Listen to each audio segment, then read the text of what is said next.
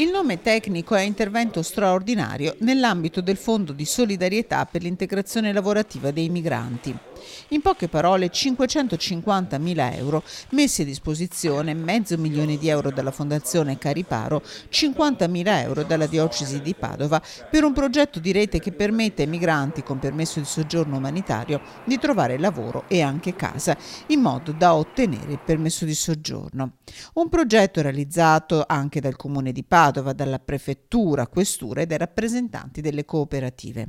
Il decreto sicurezza ha fatto diversi interventi normativi e in particolare ha eliminato il permesso umanitario. Significa che le persone che ad oggi sono sui nostri territori con il permesso umanitario, che hanno fatto dei percorsi di accoglienza e di inclusione, allo scadere del permesso si troverebbero irregolari. Ecco come funzionerà il progetto destinato a 150 migranti già inseriti nei percorsi di accoglienza, che rischiano altrimenti di trovarsi sulla strada a ingrossare le file del mercato nero o dello spaccio, spiegano gli aderenti. È prevista una data di lavoro di 3.000 euro, è definito che almeno devono svolgere 22 ore di lavoro minimo e naturalmente applicando i contratti collettivi nazionali di riferimento dell'impresa. Persone che hanno già un volto. Chi parteciperà al progetto dovrà conoscere l'italiano, test A2 e avere un permesso rilasciato dalla Questura di Padova. Alcuni hanno già iniziato questo percorso, intanto in città i primi fantasmi si vedono già.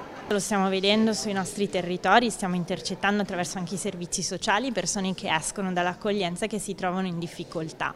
E scegliere di togliere dei diritti a delle persone che sono presenti sul territorio e che da qui difficilmente avranno anche la possibilità di spostarsi, significa impoverire una comunità intera. Un numero di persone importante che non potrà accedere al servizio sanitario di base, ma che avrà come unica via di sfogo, se ha un problema sanitario, quella di rivolgersi al pronto soccorso, è un costo che ricade poi su tutti noi.